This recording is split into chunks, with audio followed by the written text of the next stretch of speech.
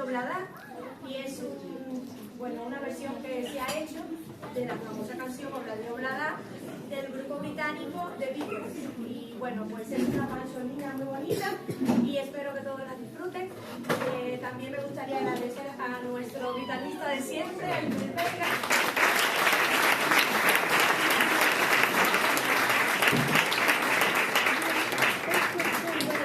Comentarles que este año, este curso hemos crecido un montón y bueno, tenemos nuevas incorporaciones, pero así tan recientes como una chica que comenzó la semana pasada y aquí está también cantando junto a nosotros.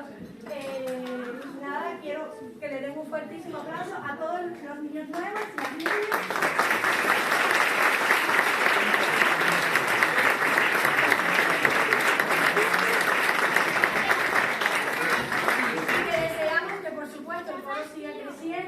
Y que no quepan en este escenario.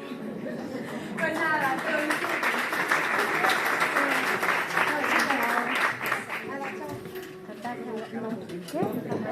bueno, se cansa algo, pero bueno.